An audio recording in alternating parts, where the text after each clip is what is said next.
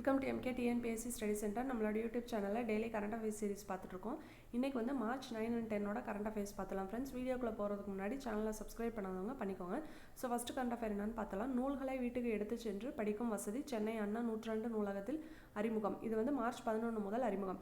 So March 11ஆம் தேதியிலேருந்து இதை வந்து அமல்படுத்த போகிறாங்க. ஸோ இதில் வந்து என்னென்னா நமக்கு வந்து 6th term 2 தமிழ் புக்லேயே வந்து இருக்குது. அது வந்து டேர்ம் 2ல் ஃபஸ்ட் லெசனில் வந்து நூலகம் பற்றி கொடுத்துருப்பாங்க. அதில் வந்து பாக்ஸ் பண்ணியே அதை வந்து மென்ஷன் பண்ணியிருப்பாங்க. அதாவது அண்ணா 102 நூலகத்துலேருந்து புக்ஸை வந்து எடுத்துகிட்டு போய் வீட்டுக்கு படிக்க முடியாது, அங்கேயே படிச்சுட்டு தான் போகணும் அப்படின்ற மாதிரி கொடுத்துருப்பாங்க. ஸோ அந்த நூலகத்தில் வந்து இப்போ என்னென்னா புக்ஸை வந்து வீட்டுக்கு எடுத்துகிட்டு போய் படிக்கலாம் அப்படின்ற மாதிரி ஒரு திட்டத்தை வந்து கொண்டுட்டு வந்திருக்காங்க.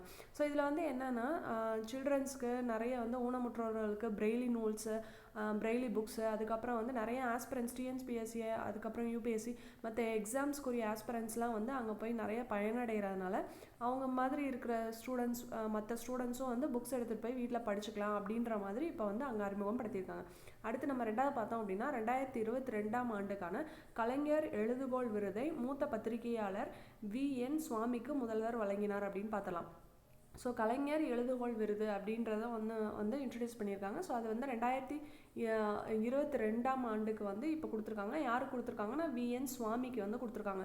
ஸோ அந்த விருதில் வந்து 5 லட்சம் பரிசு தொகையும் பாராட்டு சான்றிதழும் வழங்கப்பட்டது அப்படின்னு பார்த்தலாம். ஸோ அடுத்து நம்ம மூணாவது பார்த்தோம் அப்படின்னா கனவு இல்ல திட்டத்தின் 10 தமிழ் அறிஞர்களுக்கு குடியிருப்பு ஒதுக்கீட்டு ஆணைகள் முதல்வர் வழங்கினார் அப்படின்னு பார்த்தலாம். ஸோ இதுவும் வந்து தமிழக அரசால் கொண்டு வரப்பட்ட திட்டம் தான். இது வந்து என்னென்னா கனவு இல்ல திட்டம். இந்த திட்டம் யாருக்கு கொண்டு வந்தப்பட்டது அப்படின்னா தமிழ் அறிஞர்கள் இருக்காங்க. ஸோ அவங்களுக்காக கொண்டு வரப்பட்டது. ஸோ 10 தமிழ் அறிஞர்களுக்கு இந்த கனவு இல்ல திட்டத்துக்கு கீழே வந்து வீடுகள் வந்து ஒதுக்கப்பட்டிருக்கு அப்படின்னு பார்த்தலாம். இது வந்து 2021ஆம் ஆண்டு தான் வந்து இந்த திட்டத்தை வந்து அறிமுகப்படுத்தப்பட்டிருக்கு. ஸோ அடுத்து 4ஆவது பார்த்தோம் அப்படின்னா அம்பேத்கர் தொழில் முனைவோர் திட்டம். ஸோ இந்த திட்டம் யாருக்காக கொண்டுட்டு வந்திருக்கு அப்படின்னா தூய்மை பணியாளர்கள் அவங்கள வந்து தொழில் முனைவர் ஆக்கிறதுக்காக இந்த திட்டம் வந்து கொண்டு வரப்பட்டிருக்கு. இந்த திட்டத்தின் மூலமாக என்ன பண்ணுறாங்க அப்படின்னா நவீன கழிவு நீர் அகற்றும் ஊர்தி வாங்க கடனுதவி வந்து வழங்கப்படும் அப்படின்னு சொல்லியிருக்காங்க. ஸோ இந்த திட்டத்தோட நம்ம நோக்கம் பார்த்தோம் அப்படின்னா இப்போ வந்து நேரடியாக கழிவு நீர் அகற்றும் பணி செய்வதை தவிர்க்கும் திட்டம். ஸோ நிறைய பேர் வந்து அந்த கழிவு நீரை வந்து டைரெக்டாக உள்ள வந்து மேனுவல் ஸ்கேவெஞ்சிங் அப்படின்னு சொல்லுவோம் இல்லையா. ஸோ அவங்க வந்து டைரெக்டாக வந்து அதை அகற்றுறதுனால நிறைய அவங்களுக்கு வந்து நோய்கள்லாம் வருது, நிறைய பேர் வந்து இறந்து போகிறதுக்கான வாய்ப்புகள்லாம் இருக்குது. ஸோ அந்த மாதிரி இருக்கக்கூடியவங்களுக்கு வந்து கடன் உதவி வழங்கி அவங்களுக்கு வந்து நவீன கழிவுநீர் அகற்றும் ஊர்திகள் வாங்குறதுக்காக வந்து கொண்டுட்டு வரப்பட்ட திட்டம் தான் இந்த அம்பேத்கர் தொழில் முனைவோர்கள் திட்டம் அப்படின்னு சொல்லிட்டு பார்த்தலாம். ஸோ அடுத்து நம்ம 5ஆவது பார்த்தோம் அப்படின்னா கடல்சார் உயர் இலக்கு படை. ஸோ இந்த படை வந்து இந்த திட்டம் வந்து எதுக்கு கொண்டுட்டு வந்திருக்காங்கன்னு பார்க்கலாம். ஸோ இது எங்கே கொண்டுட்டு வந்திருக்காங்க அப்படின்னா மன்னார் வளைகுடா மற்றும் பாக் விரிகுடா பகுதிகளில் வந்து இதை வந்து கொண்டுட்டு வந்திருக்காங்க. இது எதுக்காக அப்படின்னு பார்த்தோன்னா கடற்கரையில் இருக்கும் தாவரங்கள், பவளப்பாறைகள், கடற்குதிரை ஆகிய பல்லுயிர்களை வந்து பாதுகாக்கிறதுக்கு அப்படின்னு பார்த்தலாம். ஸோ இது வந்து இப்போதைக்கு இந்த மன்னார் வளைகுடா பாக் விரிகுடாவில் மட்டும்தான் வந்து இதை வந்து செயல்படுத்திட்டு வராங்க. அடுத்து வந்து பக்கத்தில் இருக்கிற ஏரியாஸ்க்கு வந்து எல்லாமே இதை வந்து இந்த திட்டத்தை வந்து விரிவுபடுத்துவாங்க அப்படின்னு சொல்லிட்டு கவர்மெண்ட் வந்து சொல்லியிருக்கு. ஸோ அடுத்து 6ஆவது பார்த்தோம் அப்படின்னா உடையார்பாளையத்தில் கண்டறியப்பட்ட 500 ஆண்டுகள் பழமையான அரிகண்டம் சிலை. இது வந்து விஜயநகர பேரரசு காலம் அரிகண்டம் சிலை அப்படின்னு சொல்லிட்டு கருதப்படுது. ஸோ இந்த உடையார்பாளையத்தில் வந்து ஒரு அரிகண்டம் சிலையை வந்து கண்டுபிடிச்சிருக்காங்க. ஸோ அது வந்து 500 காலம் பழமையானது. அது வந்து விஜயநகர பேரரசு காலத்தை வந்து சார்ந்ததாக இருக்கும் அப்படின்னு சொல்லிட்டு சொல்லப்படுது. ஸோ அரிகண்டம் சிலை அப்படின்னா என்ன அப்படின்னா இப்போ ஒரு தலைவரோ மன்னரோ ஒரு போரில் வந்து வெற்றி அடையணும் அப்படின்னு சொல்லிட்டு ஒரு பெண் தெய்வத்துக்கிட்ட வேண்டிப்பாங்க. ஸோ அந்த மாதிரி அந்த தலைவரோ அந்த மன்னரோ வந்து வெற்றி பெற்றுட்டாங்க அப்படின்னா யார் வேண்டிக்கிட்டாங்களோ அவங்க வந்து அவங்களுடைய தலையை அறுத்து அந்த சாமிக்கு வந்து பலி கொடுத்துக்கிறது தான் வந்து இந்த அரிகண்டம் சிலை அப்படின்றது. ஸோ அதுதான் வந்து இந்த உடையார்பாளையத்தில் வந்து கண்டுபிடிச்சிருக்காங்க. ஸோ அடுத்து நம்ம 7ஆவது பார்த்தோம் அப்படின்னா 28 பேருக்கு தேசிய படைப்பாளி விருதுகளை பிரதமர் மோடி வழங்கினார். ஸோ இதில் குறிப்பிடத்தக்க விஷயம் என்ன அப்படின்னா சிறந்த கதை சொல்லிக்கு வந்து தமிழ்நாட்டை சேர்ந்த இந்த கீர்த்திகா கோபிநாத் இருக்காங்களே, ஸோ அவங்களுக்கு வந்து சிறந்த கதை சொல்லி விருது வந்து வழங்கப்பட்டிருக்கு.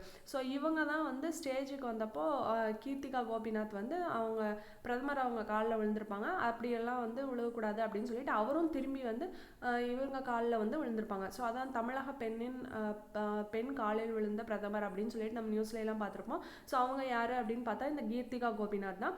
அவங்க வந்து சிறந்த கதை சொல்லிக்கான விருது வந்து பெற்றிருக்காங்க அப்படின்னு சொல்லிட்டு பார்த்தலாம். ஸோ அடுத்து 8வது பார்த்தோம் அப்படின்னா இன்ஃபோசிஸ் நாராயணமூர்த்தியின் மனைவி சுதாமூர்த்தி மாநிலங்களவை எம்பியாக நியமனம். ஸோ நம்ம வந்து மாநிலங்களவை எம்பி ராஜ்யசபா எம்பியாக வந்து இப்போ வந்து யாரை வந்து நியமனம் பண்ணியிருக்காங்க அப்படின்னா சுதாமூர்த்தியை வந்து நியமனம் பண்ணியிருக்காங்க. ஸோ இவங்க வந்து என்ன அப்படின்னா ஏழை குழந்தைகளுக்கு வந்து இவங்க ட்ரஸ்ட் மூலியமாக நிறைய வந்து எஜுகேஷன் வைஸாக நிறைய சப்போர்ட் பண்ணியிருக்காங்க. அதுக்கப்புறம் பார்த்தோம் அப்படின்னா சின்ன குழந்தைங்க இருக்காங்க இல்லையா, ஸோ அவங்களுக்கு வந்து மோட்டிவேட் பண்ணுற மாதிரி நிறைய ஸ்டோரிஸ் நாவல்ஸ்லாம் வந்து இவங்க வந்து எழுதியிருக்காங்க. ஸோ அடுத்து 9வது பார்த்தோம் அப்படின்னா சேலா சுரங்கப்பாதை. ஸோ இந்த சேலா சுரங்கப்பாதை வந்து உலகத்தின் மிக உயரமான இருவழி சுரங்கப்பாதை அப்படின்னு சொல்லிட்டு பார்த்தலாம். ஸோ இந்த உலகத்திலேயே வந்து மிக உயரமான இடத்துல இருக்கிற இருவழி சுரங்கப்பாதை எது அப்படின்னா இந்த சேலா சுரங்கப்பாதை தான். ஸோ இது எங்கே இருக்குது அப்படின்னா அருணாச்சல் பிரதேசத்தில் இருக்குது. இதோட எவ்வளோ உயரத்தில் இருக்குன்னு பார்த்தோம் அப்படின்னா 13,000 அடி உயரத்தில் இருக்குது அப்படின்னு சொல்லிட்டு பார்த்தலாம். ஸோ அடுத்து நம்ம 10வது பார்க்க போகிறது வந்து என்ன அப்படின்னா ஜஸ்வந்த் சிங்கர், நூரா போஸ்ட், அதுக்கடுத்து சேலா பாஸ். இது எல்லாமே எங்கே இருக்குன்னா இந்த அருணாச்சல் பிரதேஷ் மாநிலத்தில் தான் இருக்குது. ஸோ இப்போ எதுக்கு நம்ம இதை பார்க்க போகிறோம் அப்படின்னா இந்த சேலா சுரங்கப்பாதை இருக்கு இல்லையா, ஸோ அது வந்து இந்த சேலா பாஸில் தான் வந்து கட்டப்பட்டிருக்கு. ஸோ இது வந்து இந்தியா சீனா எல்லை இருக்கு இல்லையா, அந்த பார்டரில் தான் வந்து இது வந்து கட்டப்பட்டிருக்கு அப்படின்னு சொல்கிறது தான் ஒரு முக்கியமான விஷயம். ஸோ இந்த நூரா இந்த சேலான்றவங்க யார் அப்படின்னா இவங்க வந்து பழங்குடியின பெண்கள். ஸோ அப்போ வந்து சைனாக்கும் இந்தியாவுக்கும் வார் நடந்துச்சு இல்லையா, அந்த வாரில் வந்து நிறைய சோல்ஜர்ஸ்க்கு வந்து இவங்க தான் வந்து ஃபுட் சப்ளை பண்ணிகிட்டு இருந்தாங்க. ஸோ இவங்க நிறைய சோல்ஜர்ஸ் எல்லாமே வந்து ஒரு கட்டத்தில் வந்து இறந்துருவாங்க. அப்போ இந்த ஜஸ்வந்த் சிங் மட்டும்தான் வந்து காயத்தோடு வந்து தப்பிச்சிருப்பார். ஸோ இந்த ஜஸ்வந்த் சிங், நூரா, சேலா இந்த 3 பேரும் சேர்ந்து வந்து என்ன பண்ணுவாங்கன்னா அந்த சைனீஸ் ஆர்மியை வந்து அட்டாக் பண்ணுவாங்க. ஸோ அப்படி வந்து 300 பேரை வந்து இந்த 2 பழங்குடியினர் பெண்கள் வந்து அழிச்சிடுவாங்க. ஸோ கடைசியில் பார்த்தோம் அப்படின்னா இவங்களை வந்து இந்த 2 பெண்கள் ஜஸ்வந்த் சிங் கடைசியில் எல்லாருமே வந்து இவங்க இறந்துருவாங்க. அதுக்கப்புறம் வந்து சைனா படை வந்து இவங்களை ஒருத்தவங்கள பிடிச்சிட்டு போயிடும். ஸோ அந்த மாதிரி இருக்கும். ஸோ அதனால அந்த இந்திய சைனா போரில் வந்து இவங்க 3 பேருடைய பங்கு வந்து மிக முக்கியமானதுன்றதுனால அந்த அருணாச்சல் பிரதேசில் 3 இடத்துக்கு வந்து இந்த 3 பேரோட பேர் வச்சிருக்காங்க. ஸோ அந்த சேலா பாஸில் தான் வந்து இப்போ உலகத்தின் மிக உயரமான இருவழி சுரங்கப்பாதை வந்து கட்டப்பட்டிருக்கு. ஸோ அடுத்து 11வது பார்த்தோம் அப்படின்னா மெட்ரோ ரயில்களின் பயணிக்கும் பெண் பயணிகளின் பாதுகாப்புக்காக பிரத்யேக மகளிர் உதவி எண்ணை, அதாவது 155370 அது வந்து சென்னை மெட்ரோ ரயில் நிறுவனம் வந்து அறிமுகப்படுத்தியுள்ளது. ஸோ நிறைய வந்து இப்போ மெட்ரோவில் வந்து பெண் உதவியாளர்கள் வந்து நிறைய பேர் இருக்காங்க. அங்கே வந்து வேலை செய்கிறவங்களுமே நிறைய பெண்கள் இருக்காங்க. ஏன்னா பெண்களுக்கு பாதுகாப்பு வேணும், அவங்களுக்கு ஏதாவது எமர்ஜென்சினா வந்து ஹெல்ப்புக்கு வந்து கேட்கணும் அப்படின்றதுனால நிறைய பெண் உதவியாளர்களே இருக்காங்க. இப்போ வந்து என்னன்னா அந்த பெண் பயணிகளுக்கு வந்து ஒரு பாதுகாப்பாக இருக்கணும் அப்படின்றதுக்கு வந்து உதவி எண் வந்து அறிவிச்சிருக்காங்க. ஸோ அது என்னன்னு பார்த்தோம் அப்படின்னா 155370 அப்படின்றது பார்த்துக்கலாம். அடுத்து 12வது பார்த்தோம் அப்படின்னா அரசு உதவி பெறும் பள்ளிகளிலும் காலை உணவு திட்டம் விரிவாக்கம் அப்படின்னு பார்த்தலாம். ஸோ இது வரைக்கும் இந்த ஃபஸ்ட் ஸ்டாண்டர்ட்லேருந்து 5th ஸ்டாண்டர்ட் அந்த ஸ்டூடெண்ட்ஸ் இருக்காங்க இல்லையா, ஸோ அவங்களுக்கு வந்து காலை உணவு திட்டம்ன்றதை வந்து நம்ம முதலமைச்சர் அவர்கள் வந்து இன்ட்ரடியூஸ் பண்ணாங்க. ஸோ அதில் வந்து என்னென்னா அரசு பள்ளிகளில் தான் வந்து இது வரைக்கும் செயல்படுத்தப்பட்டு வந்துச்சு. ஸோ இதுக்கப்புறம் வந்து என்னென்னா அரசு உதவி பெறும் பள்ளிகளுக்கும் இந்த காலை உணவு திட்டம் வந்து விரிவாக்கப்பட்டுருச்சு அப்படின்னு சொல்லிட்டு பார்த்தலாம். ஸோ அடுத்து வந்து 13வது வந்து லூபெக்ஸ்னால் த லூனார் போலார் எக்ஸ்ப்ளரேஷன் மிஷன். இது லூனார் அப்படின்னாவே நமக்கு தெரியும் மூன் அப்படின்னு சொல்லிட்டு. இது வந்து எந்த திட்டம் அப்படின்னா சந்திரயான் 4 அந்த திட்டம் தான் இந்த லூபெக்ஸ் அப்படின்றது.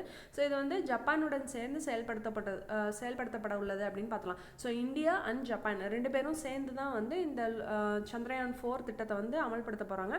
ஸோ இதில் வந்து 2 ராக்கெட்டுகள் வந்து பயன்படுத்தப்படும் அப்படின்னு சொல்லிட்டு சொல்கிறாங்க. ஸோ அது என்னென்ன ராக்கெட் அப்படின்னா PSLV அண்ட் LVM-3 அப்படின்ற 2 ராக்கெட் தான் வந்து பயன்படுத்த போகிறாங்க. ஸோ நம்ம இது வரைக்குமே நம்ம ISROவில் செயல்படுத்தப்பட்ட திட்டங்கள் எல்லாத்துக்குமே ஒரே ஒரு ராக்கெட் தான் வந்து பயன்படுத்தியிருப்பாங்க. ஸோ இந்த திட்டத்தில் தான் வந்து முதல்ல ஒரே திட்டத்துக்கு வந்து 2 ராக்கெட் வந்து பயன்படுத்த போகிறதா வந்து சொல்லியிருக்காங்க. ஸோ அடுத்து நம்ம அது லூபெக்ஸில் வந்து இன்னொரு இன்ஃபர்மேஷன் என்னன்னு பார்த்தோம் அப்படின்னா இப்போ லேண்டரை வந்து இந்தியாவும் அதே மாதிரி ரோவரை வந்து ஜப்பானும் வடிவமைக்க போடதா வந்து பிளான் பண்ணியிருக்காங்க. ஸோ இந்த திட்டம் வந்து எப்போ செயல்படுத்த போகிறாங்க அப்படின்னு சொல்லிட்டு பார்த்தோம் அப்படின்னா 2028 வந்து இந்த சந்திரயான் 4 வந்து லான்ச் பண்ண போகிறதா வந்து பிளான் பண்ணியிருக்காங்க. அடுத்து நம்ம பார்த்தோம் அப்படின்னா மார்ச் 10 அன்னை மணியம்மையாரின் 105வது பிறந்த நாள் அப்படின்னு சொல்லிட்டு பார்த்தலாம். ஸோ அவங்க மார்ச் 10 இப்போ வந்து நிறைய இப்போ 100, 105, 110 இந்த மாதிரி இருக்கிறதெல்லாம் வந்து இம்பார்ட்டன்ட் அப்படின்னு சொல்லிட்டு நமக்கு தெரியும். ஸோ இப்போ இந்த மார்ச் 10 இந்த வருஷம் பார்த்தோம் அப்படின்னா மணியம்மையாருடைய 105வது பிறந்த நாள் அப்படின்னு சொல்லிட்டு பார்த்தலாம். ஸோ இவங்க வந்து என்ன அப்படின்னா மதச்சார்பின்மை இருக்கு இல்லையா, ஸோ அந்த ஒரு மதத்தையே சார்ந்திருக்கணும் அப்படின்றதுலேருந்து வெளியே வந்து வந்து அந்த பெரியாரை ஃபாலோ பண்ணி எல்லாருக்குமே வந்து சம உரிமை கிடைக்கணும் அப்படின்றதுக்காக போராடினவங்க. ஸோ இதுதான் friends March 9 and 10 current affairs. So recap பார்த்துடலாம். ஸோ ஃபஸ்ட்டு கரண்ட் அஃபேர் பார்த்தோம் அப்படின்னா, நூல்களை வீட்டுக்கு எடுத்து சென்று படிக்கும் வசதி சென்னை அண்ணா நூற்றாண்டு நூலகத்தில் அறிமுகம் மார்ச் 11 முதல் அறிமுகம். ரெண்டாவது பார்த்தோம் அப்படின்னா 2022 கலைஞர் எழுதுகோள் விருதை மூத்த பத்திரிகையாளர் VN சுவாமிக்கு முதல்வர் வழங்கினார். ரூபாய் 5 லட்சம் பரிசு தொகையும் பாராட்டு சான்றிதழும் வழங்கப்பட்டன. அடுத்து மூணாவது பார்த்தோம் அப்படின்னா, கனவு இல்ல திட்டத்தில் 10 தமிழ் அறிஞர்களுக்கு குடியிருப்பு ஒதுக்கீட்டு ஆணைகளை முதல்வர் வழங்கினார்.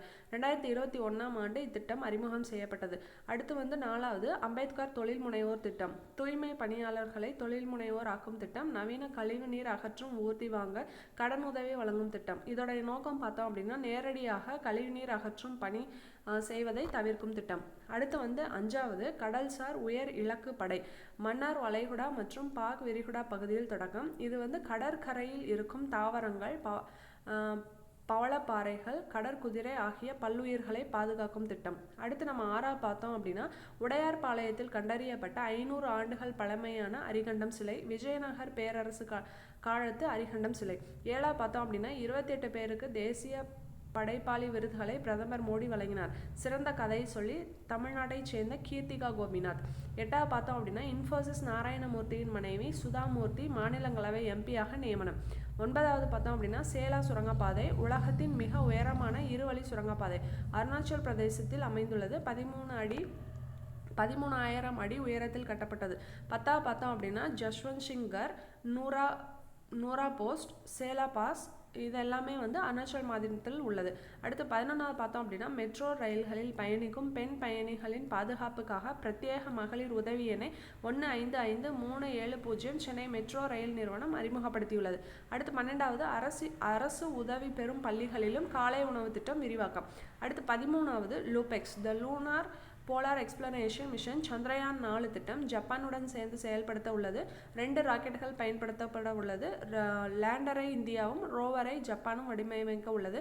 2028 செயல்படுத்த திட்டமிடப்பட்டுள்ளது. PSLV and LVM-3 இந்த 2 ராக்கெட் தான் பயன்படுத்த போகிறாங்க. அடுத்து வந்து மார்ச் 10 2024 வந்து அன்னை மணியம்மையாரின் 105வது பிறந்த நாளாக அனுசரிக்கப்படுது அப்படின்னு சொல்லிட்டு பார்த்துலாம். ஸோ இந்த வீடியோ உங்களுக்கு யூஸ்ஃபுல்லாக இருக்குன்னு நினைக்கிறேன் ஃப்ரெண்ட்ஸ். சேனலை சப்ஸ்கிரைப் பண்ணாதவங்க சப்ஸ்கிரைப் பண்ணிக்கோங்க.